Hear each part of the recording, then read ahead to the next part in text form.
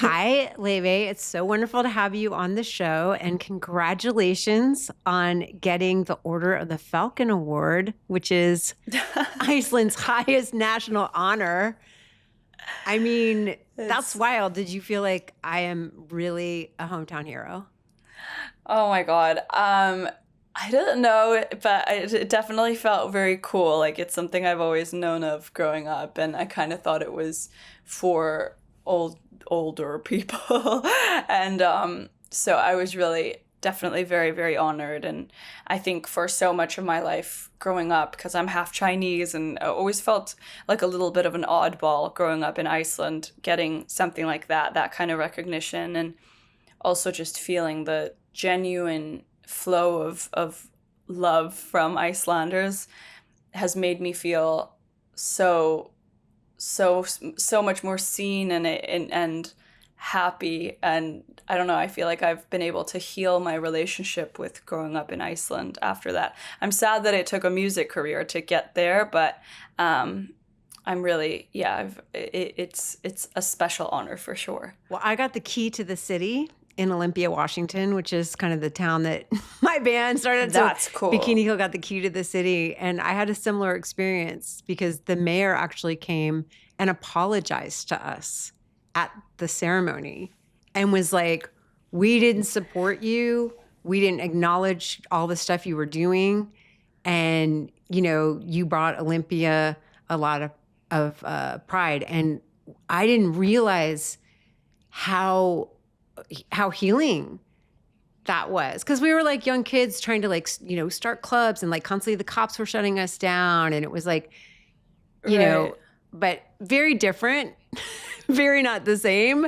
No, but it's the same in that, this place, and usually small towns, that, you feel like they reject you at first, especially if you're a very creative person with loud thoughts and unique creative efforts. It's like you feel like those towns reject you, and then when you kind of come back a hero, it's very, I don't know, I felt embraced by it for the first time. And it's very hard to like hate something that you grew up in that is now embracing. It's the same in that way for Well, sure. going back to your childhood, what is your first memory of hearing music? It's so hard to trace because my mom is a violinist, and she teaches violin students and plays in the Iceland Symphony. So I think like literally in the womb, not that it's a memory, but it's just always been a part of me. I think my first like actual playing music myself memory is I was given a violin when I was like 2, and it was kind of a joke. But I just remember standing on like a woven carpet in my living room, and my feet really hurting because it was like a jute rug, and my feet really hurt. And I remember holding the violin, and there were so many rules, and I remember thinking, I hate this. But it was very silly. Like it wasn't my. I think my mom was like, "That's so funny. She can hold a violin now. Let's try to make her play a scale." And I was like, just a baby still. I feel like it's like there's something very fairy tale about a lot of things in your music and your story. And there's something about the little girl on the jute rug with her feet hurting, holding the violin, that's also kind of feels like it could turn into a folk tale. You know what I mean? And It then, really could. at first music hurt, and then music didn't hurt, and then it hurt again, and then it didn't hurt. The best things in life hurt a little bit. So, what was the first song that you downloaded or the album that you bought that you were like, I want this? Not to have to do with like your parents or something that like was one of their albums, but like something that you're like, I'm interested in this. I, I get asked this question a lot. I feel like every time I have a Yeah, different that's the thing. It's response. like, So it clearly is. yeah, it's whatever comes to mind now. I don't mean like I'm not going to factually check you. I guess when I got an iPod first is when I was like buying music. Um, but it was expensive. So I don't know. I remember thinking like buying music is I didn't know how to spend like $10 from my parents, kind of. I don't know. So I just listened to, I remember I got a gift card, like an Apple, like an iTunes gift card for my birthday from a family friend. And I remember buying the Pitch Perfect soundtrack. So good. But that's like not very early, like that's later on. I mean, I'd already developed like music taste, but I don't know why I remember buying that distinctly. Because otherwise I just listened to what was already like populated on the family iTunes account, which was like, I grew up thinking like adults didn't listen to pop music or anything new. Like, because my mom listened to only classical music, and then my dad listened to only jazz and like 60s, 70s, like classic rock. So like my iPod was just full of the Beatles. So I listened to a lot of the Beatles at first, but I guess I didn't buy it.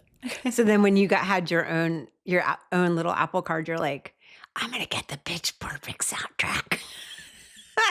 Yeah, honestly, yeah. If I go on my Apple now, it's like still like sometimes when I plug my phone in, it's the first song that plays. I actually love those movies. Oh my God, I loved it. I remember thinking like, this is so cool. Like I wanted to be in an a cappella group one day because of that. Like they were all these oddballs who were joined together in music, and she was like making beats, and like it wasn't only about singing covers, it was kind of about like arranging them. I don't know. I thought it was cool. It was definitely inspirational. Were you into like musical theater and stuff? I was, for sure. I loved old theater. Like I grew up watching a lot of like golden age cinema, and I think I loved jazz music through the lens of like, I discovered it through those musicals first.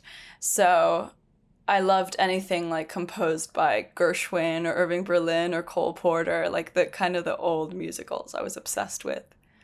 And then of course Hamilton came along and I jumped on the train, of course. Is there a role that you're like, if I could ever have that role in that musical? I mean, yeah. I mean, there are a lot of modern roles. There are a lot of roles that I think about like from the past. An American in Paris is my favorite musical ever. And there's a dancer in it called Liza, who's like the main, female character. And I always wanted to be her, but I'm not a dancer. Also, she's French, and I'm not French, so...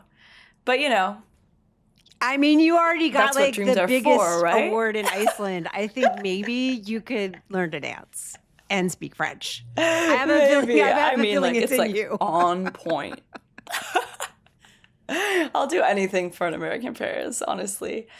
But yeah, I mean, I want to write a musical one day, and I think it's such a beautiful art form that has birthed so many different forms of art and so much music that it's something that truly deserves to be preserved properly. And I really, hope that it's something that continues to live on as entertainment. Oh yeah.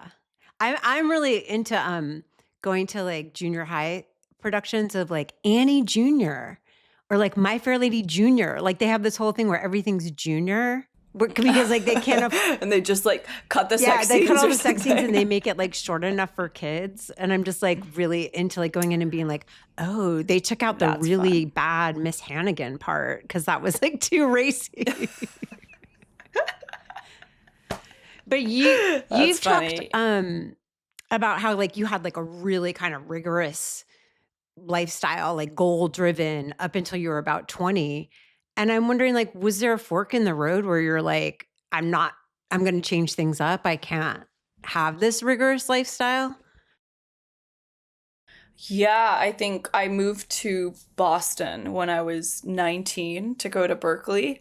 And I all of a sudden had this, like, who cares what happens, like, mindset that I'd never, ever, ever had. I think I got to Berkeley and it was just this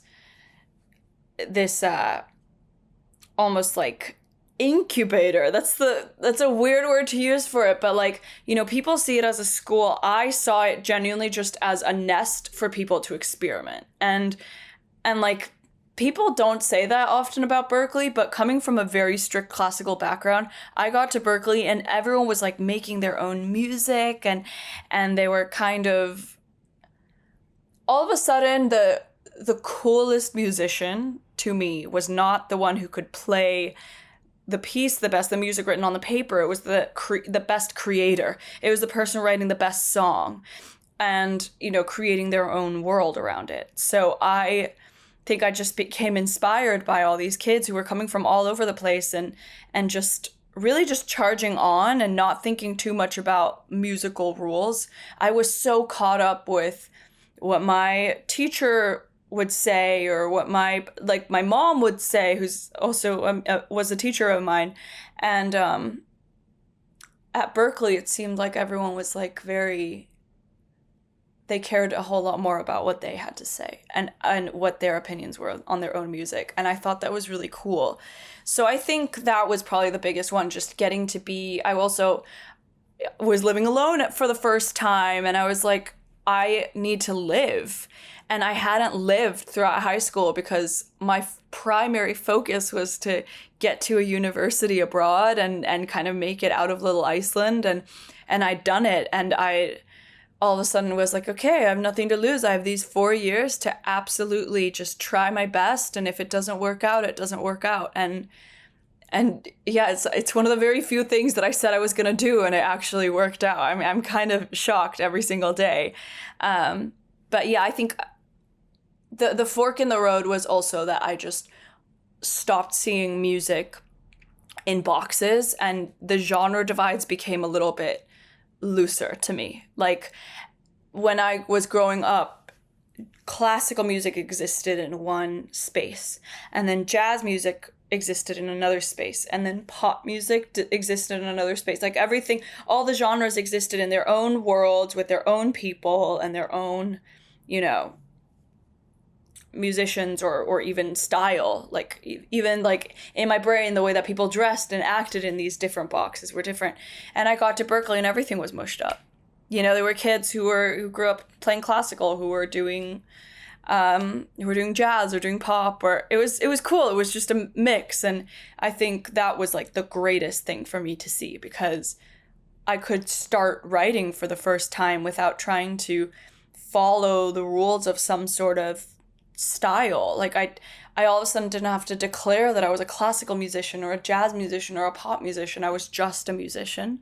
And I thought that was pretty cool. Yeah, I mean, I think it's definitely played into like the work that you've put out up till now. It's like kind of an amazing story. I totally, again, I'm like having all these visuals of like you're like in an egg, like cracking out, like total goofy, weird things. Because you sound really like this like baby bird who's like just like I was a little baby bird. I was too afraid to fly, and both on the it's quite beautiful in that my life and music were so connected. I didn't dare to break any rules in my life.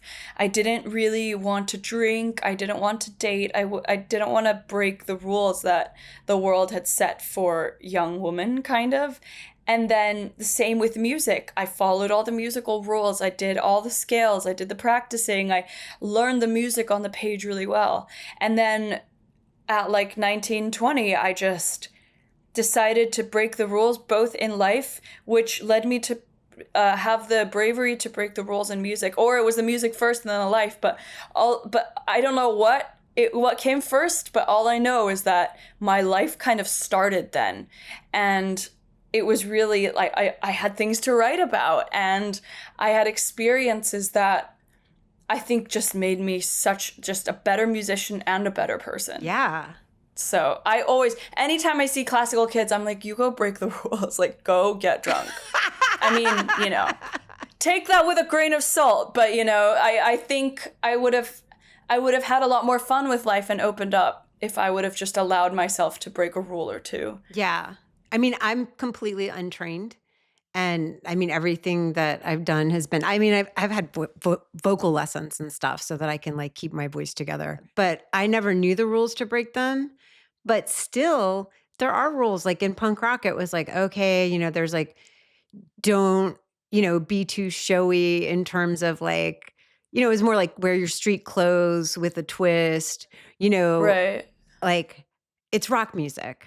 Basically, it's rock music, Yeah. and even though we could be like, okay, let's not have a chorus or like, whatever. We're still playing, rock music, stuff that came from the blues and became rock music and became punk music, which was, about breaking the rules, but then rules come up around breaking the rules, where it's like there's a rule about how you always have to be breaking the rules. So you can't work with this kind of person, and you can't, like, my band in the 90s worked with Joan Jett, and a lot of people gave us flack because she was a major label artist. What people don't know about Joan Jett is that every major label rejected her, what ended up being like the hugest record, one of her hugest records that had hit after hit after hit. Everybody rejected it. And so her and her manager drove around in their car and sold the records out of the back of their car on their own label. And so it was really interesting to be in my 20s and being told I couldn't work with Joan Jett because she was like a major label industry person, and I was a sellout because of that. When I was like, no, she's a rule breaker. She's somebody who like, took me under her wing and was like, I care about you. I think that you're talented. I think you're important. When so many guys were like, shut the F up, and I was like, if you, it's always a guy. Yeah. But I was like, if you think that that's what punk is, then you don't know who Joan Jett is. I mean, she produced the Germs record, so suck it. But anyways, I was just sort of talking about how not knowing the rules for me was great, but then I kind of had to change genre too. Like I went from being in a punk band to more of like a dance electronic-y band, but it was still very like DIY, cut and paste, collage. And the thing was, I loved it so much because I went from kind of playing rock music on the stage to being in a studio, cutting stuff up, learning samples, and being like, having that feeling maybe you had at Berkeley where I was like being reborn. I was like, I don't know how to do this. I know how to write a punk song. I'd been doing it for like 7, 8, 9 years. And then I was like, but I don't really know how to program drums.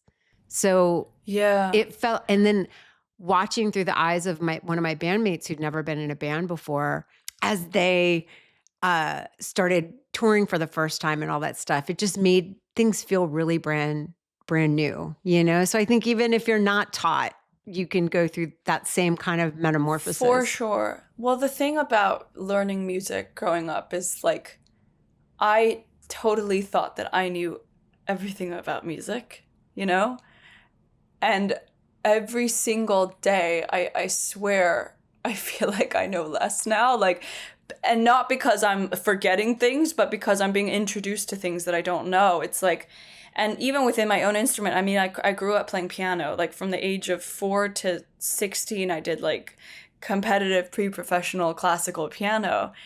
And then I got to Berkeley and I was taking jazz piano lessons. And it was, I didn't know the instrument anymore. It's a completely different, like I keep learning the instruments I thought I knew in new ways. I was taking jazz cello lessons and all of a sudden it was like a completely different instrument. I keep learning, like I've always said like the past 5 years for me have been like taking a master's degree. It's really every single day I'm learning something new. Do you feel like when you encounter something, like you said you were writing like a song in a new style or does that feeling scare you, or do you get kind of excited because you're like, okay, I don't know this. This is an opportunity to learn something new. Oh, excited. I mean, just like... Right?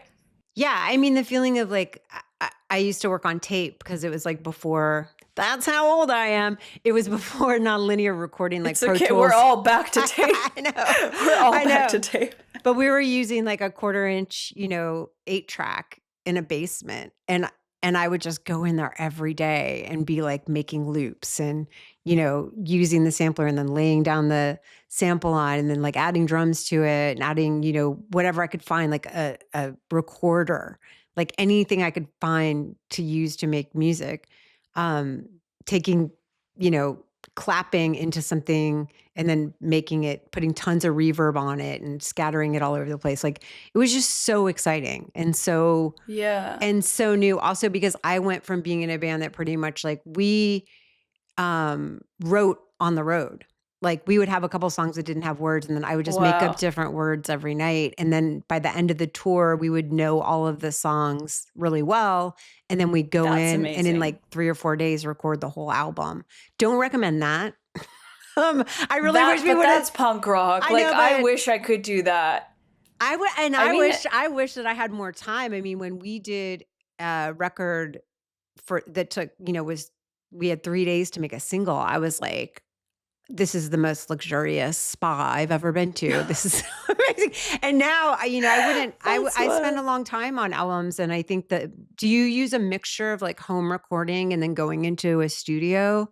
Or are you primarily creating in a studio with other people? My process, I feel like has changed a little bit, but the one thing that stayed true is I almost always just write the songs on my own, like in my bedroom or at home. Like I need to be in such a vulnerable space, and I feel like the presence of anybody else sometimes takes away that level of me, that kind of honesty that I have. So, and I can't afford that. And especially with this last album, I wanted it to be so honest that I was scared that the so honest while also having increased pressures of, I guess, a little bit more success. So I was like, this is not the time to go and change up my system and write with other people and, with hit makers or whatever. Like I need to really listen to my heart right now. Um, but yeah, I almost always just write on my own, and then I bring it to my producer. With this album, I brought it to Spencer, who's worked with me on all 3 albums, and I feel so comfortable with him bringing those songs to him, and we kind of just like record it and write strings to it, and that's kind of, I think, how I get the most honest version of my writing.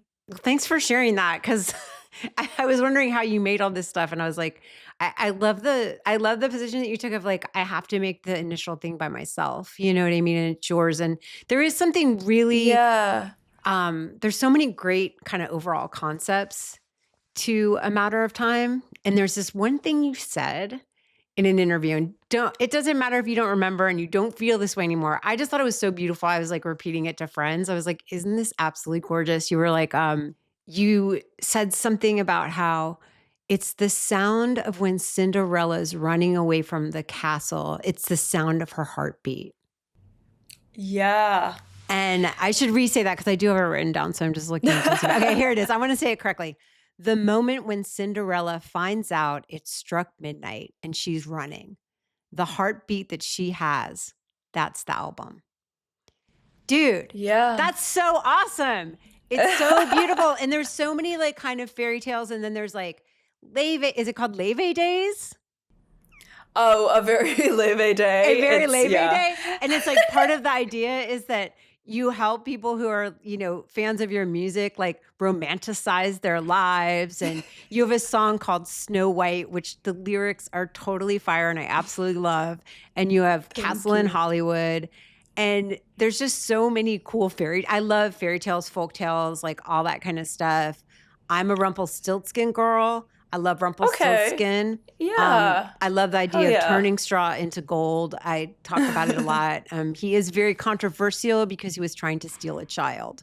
But we're just going to pretend that Rumpelstiltskin part. Those old folk tales have a lot of controversial points. And I think it's, our modern job is to get rid of those while taking the learning lessons away from them and moving forward with our lives. But I think so much about fairy tale. I think growing up in Iceland, you just have this like innate sense of wanderlust. It's such a magical place to grow up. Like the landscape is really otherworldly.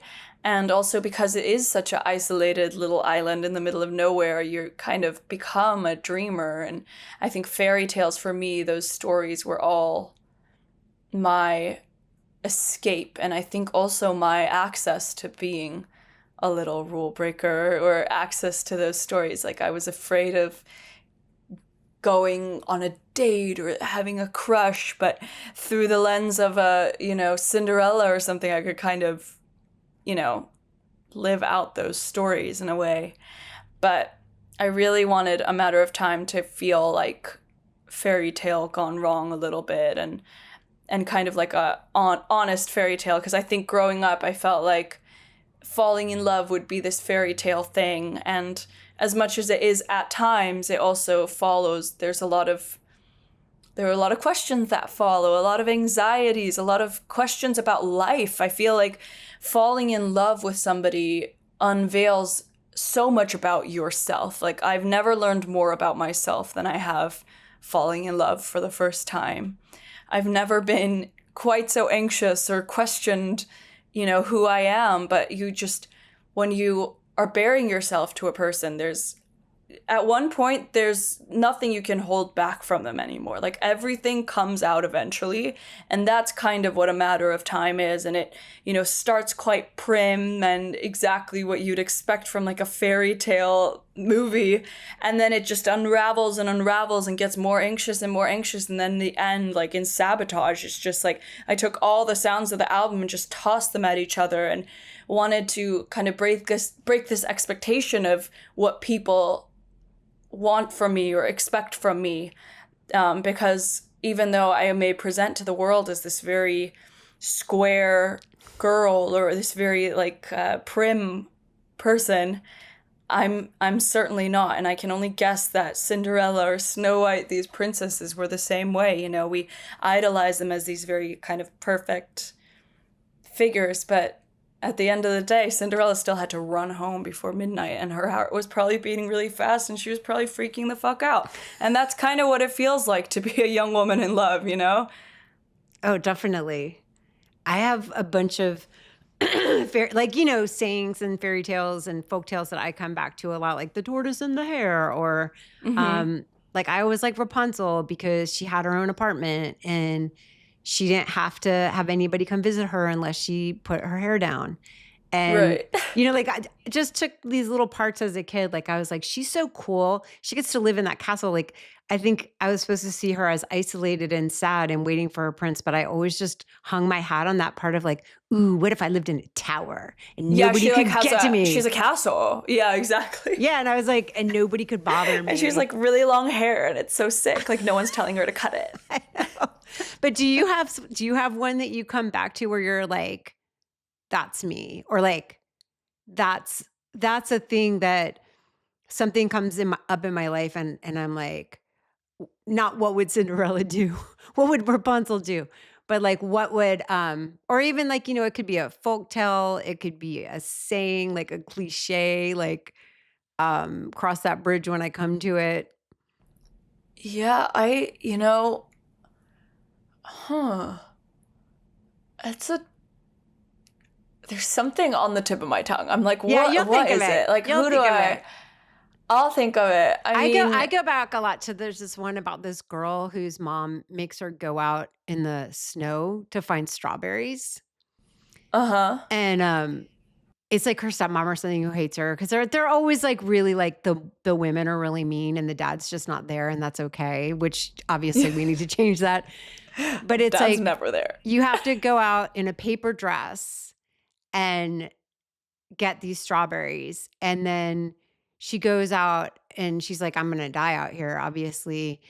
And then she finds friends in the woods and they help her get strawberries so she can bring them back. And she comes back and she's like, thought I'd die, huh? So I think about that a lot. I'm like, I think it's like a martyr complex kind of like, I always think about paper dresses, like wearing a paper dress. Like I really need to make myself like a paper dress. I could see you doing a paper dress and like crumpled up. I feel like I have worn a paper dress before. I'm like trying to, like, definitely in one of my adventures in the past few years, I feel like I've worn something paper. But no, I don't really know if there's like one specific story. I think just the way that, there's always some sort of obstacle for the princesses or and they get over it, and I don't know. I think I always was like, okay, if they can do it, I can do it one day. Like it kind of had like there was like a sense of hope to it. And there was always like obviously a lot of the stories are kind of like, how do I get to this prince, or like, how do I fall in love? But the stories are rarely about that to me. Like, it's kind of like the journey along the way that always made me feel kind of excited. But. Yeah, or the characters that you pick out. Like, I love the guy in Snow White who's supposed to kill her, and he's like, I can't. Like, that guy's always, to me, like, I was like, that's the story. Is that guy was like, no, I'm not participating. And I was like, that's who I want to be. I want to be the person who's like, no, I'm not doing that. You know what I mean? Like, I was like, it wasn't really, that moment was the pivotal moment for me in Snow White. Yeah. The huntsman. But, right. So then the record goes in a wild direction of a song like Mr. Eclectic, which I wanted to ask you about.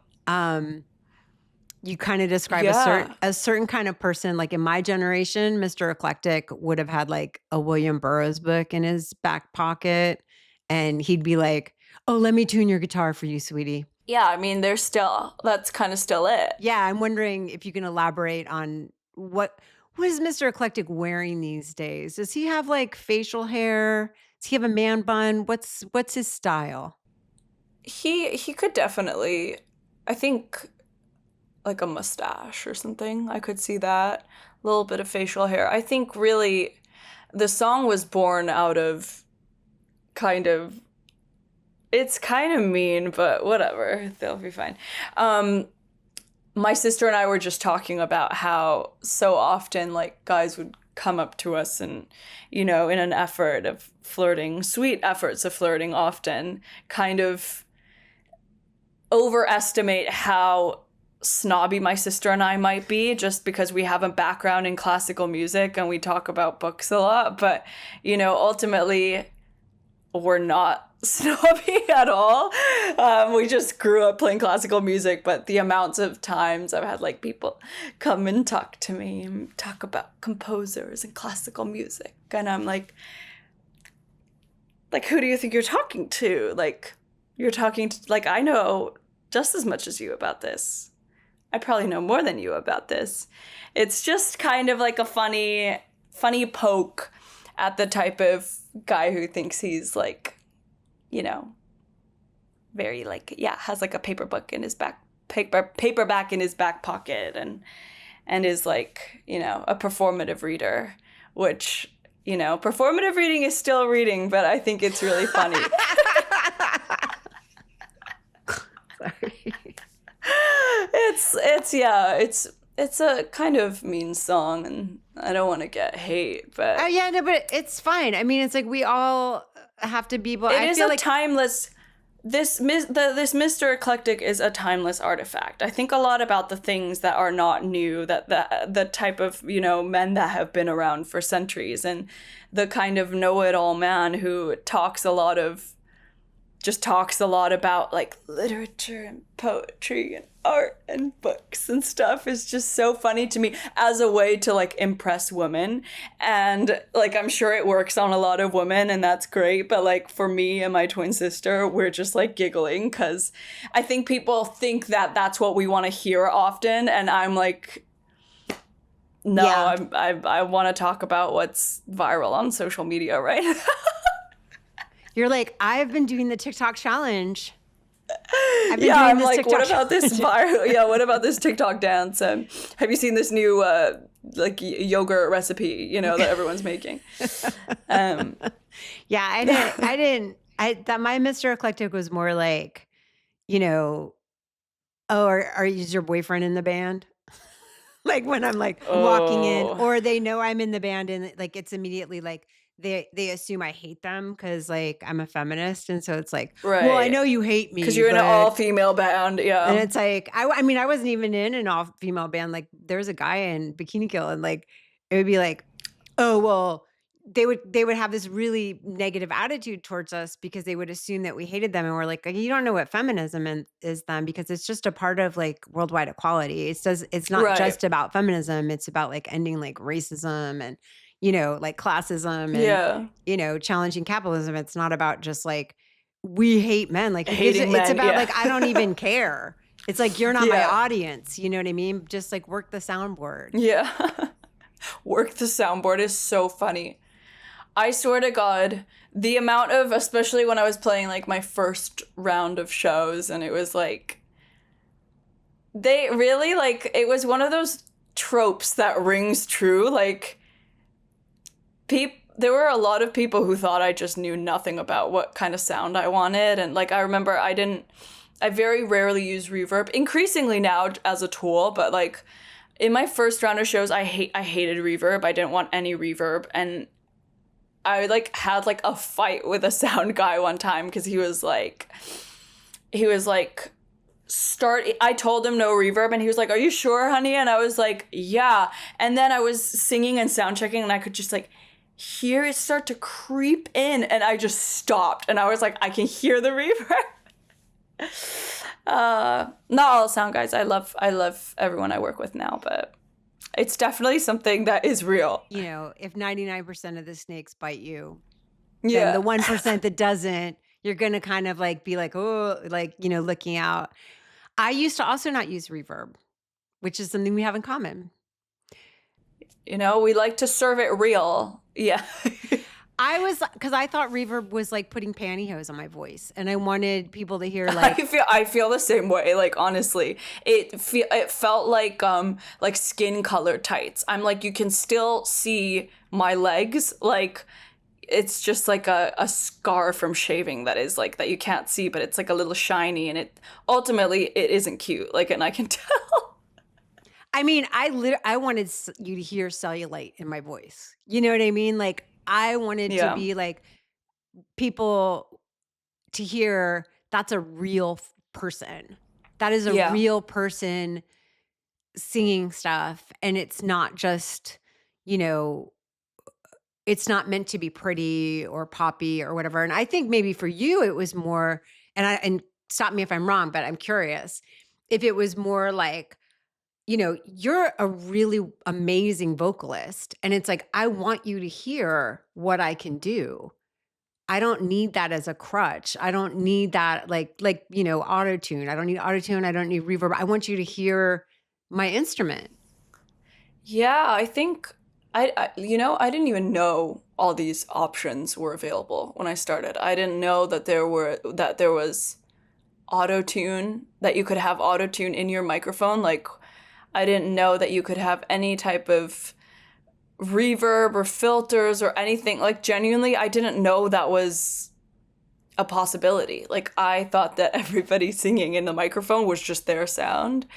And so I guess that was kind of the first step of it. I just didn't even know it was an option. But I think for me, like I want people to hear my real voice. I'd get so disoriented if people were hearing a different sound kind of. And I don't know, like what if I'm singing one day and I have no microphone and I'm just out on the street, and then people are like, wait a minute, she sounds so different. Like I don't know, I think also just stylistically the singers I really admire from the past didn't use any of those things. Like and you hear their voice and it feels so close to the ear. Like a little bit of imperfection is so important to me. That is what makes it feel real. And there's so much emotion in imperfection that it feels kind of necessary to me. I mean, still 95% of the songs I sing live don't have any reverb. Like the 5% have reverb, but otherwise I have nothing else on my voice.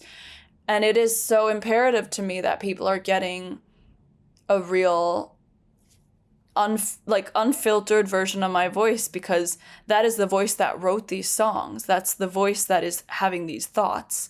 So that's the voice that people deserve to hear. Wow.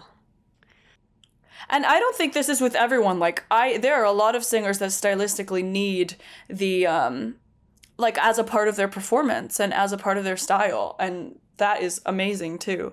But I think for my style, it just sounds weird with anything on it. It sounds like it's wearing pantyhose. Yeah. And I mean, that is like the perfect analogy. And it can change. Like for me, you know, I finally started using some slapback and some reverb, and then experimenting with it as a texture when I was recording. And I was like, I got this thing called a Zoom box. It's really meant for guitar, but I was singing through it and making a record. And I used all kinds of effects because I did the thing where That's cool. I was like, I have to be totally raw, totally unfiltered. And that was great at the time. But then I would listen back and be like, I don't really want to hear this. Like, Yeah, you also that's kind of how I felt with like adding reverb to some more songs on this album. I'm so like I think effects should be used as instruments. Yeah. They should be used as, things to add to the emotion or add to the sound, just like you'd add guitar or a piano or strings if you want more emotion.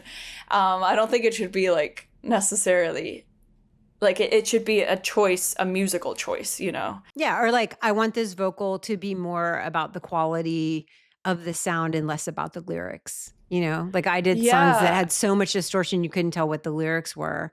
And I just was singing with the typewriter as the drums. And it was like, really fun. And I was having a good Yeah. time. And I was trying to do the thing sort of like you were talking about, how we were talking about going to Berkeley and like opening up and kind of like relearning how to not know the rules. And when I was working in a new kind of way with like using effects and samples and stuff, I was all of a sudden like, oh, it doesn't have to be, because I was very, very lyric based, Right. and pretty didactic, And I was like, I really wanted to see, wow, what would it be like if I was making not music for music's sake, but like that I was really concerned with the sound and not the words. And could I make Yeah. something where the sound of the song conveyed the idea without the lyrics having to explain it? I completely get that. I feel very much the same way in that I'm also, after you've done a couple of albums in a certain way, it's like you don't want to repeat the same things again and again. So you're like, how can I deliver this information in a different way? Like oftentimes the words have been used by yourself, and it's like, so that's really cool to hear. Okay, I guess I have to wrap this up. Man, I have so many other things to ask you. You're such a great guest. Sorry, I'm a yapper. No, I'm too much of a it. yapper. This always happens. I love it. I love it. I love it. I love that you're a yapper. I love it. I absolutely love it. I could talk to you for hours. So I'm just like, I'm bummed because I want to ask you so many different things. We'll pick it up again. We'll pick it up again. I did want to tell you that I am very cool because not only was I one time in Heavy Metal Magazine in like a pullout thing with my face like that, with my mouth open and I look terrible, but I also donated something to the Rock and Roll Hall of Fame. And it was a lunchbox, and we used to keep our money in it when we were touring back in the 90s. And I had like autographs of like, I was really into comic books. So like the Hernandez brothers, who were these great comic book artists, like signed it. And it was just like a special thing to me. And I was wondering what you would donate to the Rock and Roll Hall of Fame. Ooh, I feel like some piece from my cello. Like that is very symbolic of me. Like giving a piece of my cello feels like giving something from my body. It's like a finger. Like a tuning peg would be like giving a finger, which I think is kind of sick. I just love the idea of you like actually sending a finger, like a bloody finger, and you're like, here Like it an is, Rock and ear? Roll Hall of Fame, or like an ear. You're like the Van Gogh of Rock music. Roll Hall of Fame. Yeah, you know what? Actually, like a tuning peg on a cello probably is the ear. I love it. So are you ready to play a game with me or what? Yeah. Okay. This is going to be a very fun game where we're going to look at a picture of an item taken from the vault at the Rock and Roll Hall of Fame. And Okay. we're going to guess which artist it belongs to. We don't need to guess anything else. Like, if it's a dress, we don't have to say, where did they wear it or anything like that. We just have to guess who this artifact belongs to. Okay. Do you know? I don't know. Okay. We're both going into this not We're knowing. both guessing. Okay. So if we can't work it out immediately, we're going to get 3 clues to help us. So don't feel stressed. Okay. But it's just kind of fun because it's like, I'm nervous. I'm so bad with names. it's so fun. I'm terrible with names and stuff too, but it's fun because we'll work it out together. We're like a team Okay. now. We're like on a game show and we're a team. Okay, so Okay, let's okay. go. We're going to see a picture and then let's describe it to the audience. Okay, it's a blazer. It's a blazer that looks like a USPS envelope if it were a blazer. I mean, I think I already know what this is. I'm not going to say because I want to see if you get it. Yeah. Funny that we were talking about paper dress because this looks like it could be made out of some kind of paper. And it's like a white blazer with the like almost like international mail. Yeah, and look at the 2 buttons with the string. That's kind of like how you open an envelope. Yeah, it looks like an international envelope but made into a blazer. I don't know. Okay, so it's a blazer worn by somebody. We're going to need another hint on this one. Okay, 1995. You were not alive, so No, I was 4 years shy. So you're not beholden to know what this is. I do know what it is. Okay, I'm almost 100% I know what this is. Okay, shoot. What is it? I am just going to give you a hint. I think it's another person from Iceland who's really famous. Is item. Did Björk wear it? I think it was something she wore on an album cover. And the reason why it was throwing me off is because Which one? I also have horrible memory for names, but like outfits that Björk has worn. Actually, outfits that Björk has won is better because it's totally true. She wins outfits. She does win them, yeah. But I feel like I remember exactly like the hair, the makeup, the whole thing. Because I was around in the 90s and I was just like, she's incredible. The coolest. Yeah. I mean, she was breaking down so many doors for me. I loved the Sugar Cubes, the punk band she was in. Yeah. Someone stole my Sugar Cubes tape at my birthday. I got that cassette. And and then I realized that some of my friends were not actually my friends. It was really sad. I was like turning like that is really sad. 19. She is so amazing. Like I've never actually met her, but like just Iceland is so small. Like I definitely see her around, and I always respect her space. Wait, you see her around? Like what? Like at like Chipotle? Yeah, I mean twice over the holidays I saw her. It was at a bar and I sat beside her at a restaurant, but I just like, she's so like, I would never. Did you say anything? No.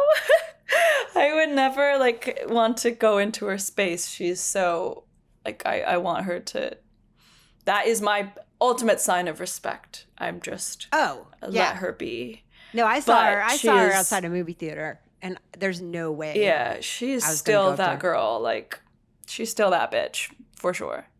But can I say something about not going up to people? Yes. I want to caution you. I sound like I want to caution you like I'm like the old lady who's like, scolding you or something. No, I mean I had to kind of figure this out for myself.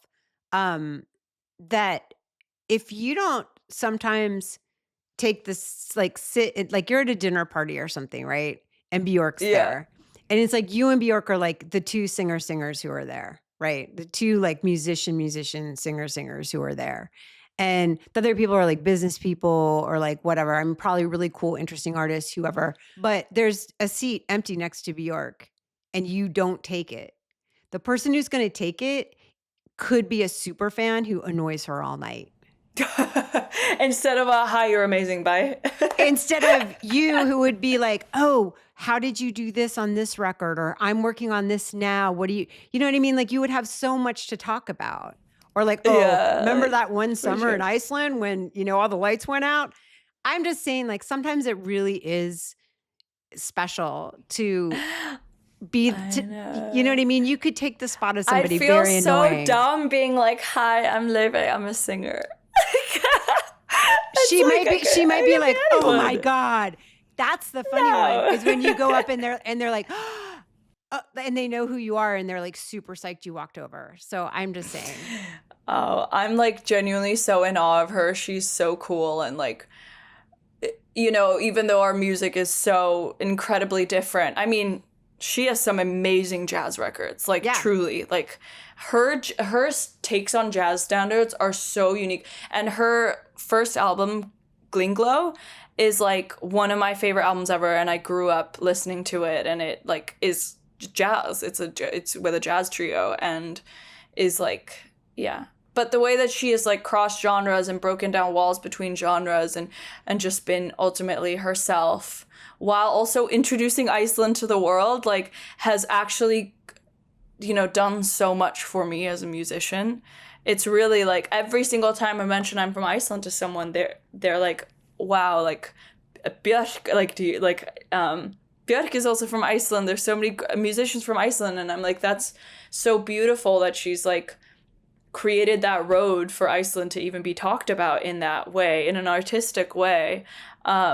So yeah. I mean, she's been So much my role respect for model her. because not only just the best singer ever, like the weirdest, greatest, like intensely original person. And even her, I go back sometimes and just watch her interviews where she's like, well, the TV is eating my brain and I'm throwing typewriters off of mountains. And I'm just like, yes, Björk, please, more Björk. But I saw this clip where somebody was hassling her with her kid in an airport and she went off on them. Oh, that's terrible. No, but I was so psyched to see her be angry. She is the ultimate, like, if there is a single artist I can say truly stands on business and I need to take lessons from, it is her. Like, I'm excited for your villain era. Not like Björk's a villain, but I'm definitely excited. Okay, let's see the next clue because I think we have it. This artist was the subject of a 2015 retrospective exhibit at the Museum of Modern Art in New York, New York. Amongst other items, the exhibit included a gravity harp, humanoid robots, and a Tesla coil. Still sounds like Björk. Yeah, like safe it does to say. sound like her. Safe to say. Okay, let's get the musical cue just because for fun.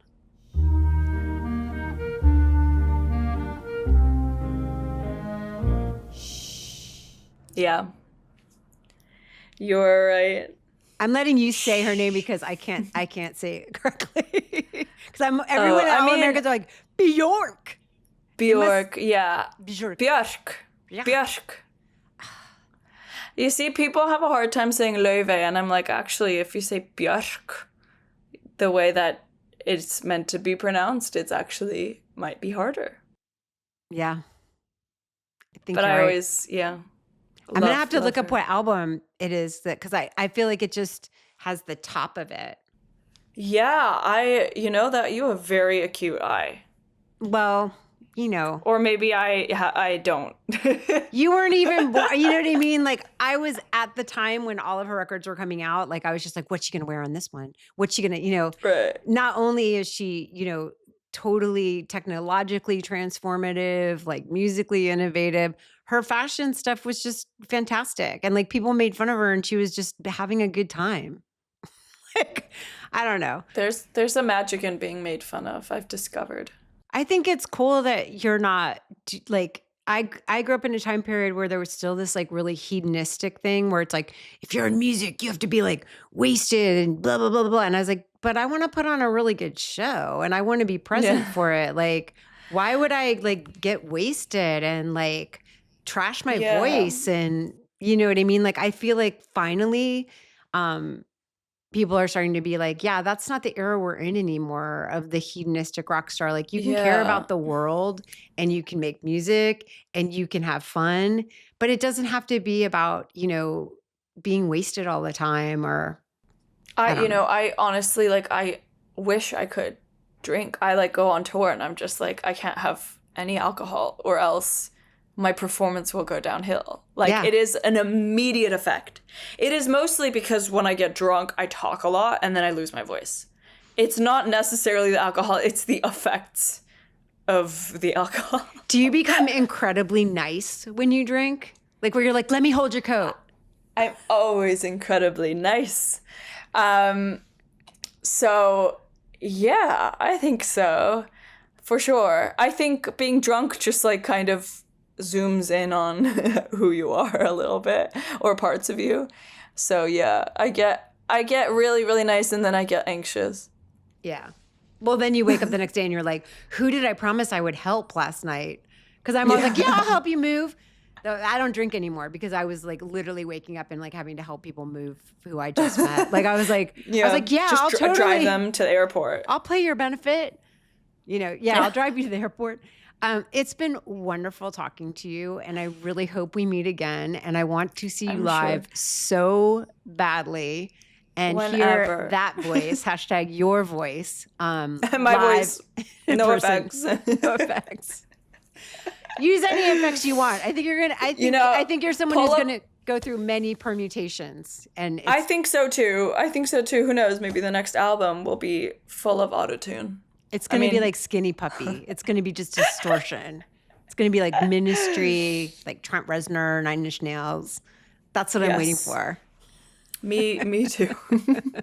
But I'm happy that you're keeping your voice well. And I'd love to talk to you about vocal exercises and all that kind of stuff in the future. And it's been so fun having you on. And just thank you. And congratulations on all of your success. And, keep your head above the haters because they just are jealous. All right. Thank you so much for having me. This has been such a fun chat.